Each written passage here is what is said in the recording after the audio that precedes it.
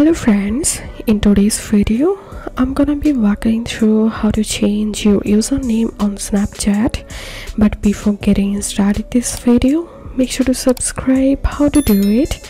So open your Snapchat app and tap on your profile icon to the top left corner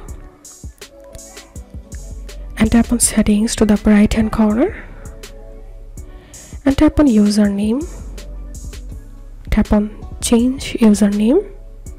And remember one thing, your username can only be changed once a year, so tap on continue and now enter here your new username. If the username is free, tap on next and enter here your Snapchat account password and tap on confirm. Tap on continue and that's how you can do it. If this video helped you, give a thumbs up and please consider subscribe to how to do it. Thank you for watching.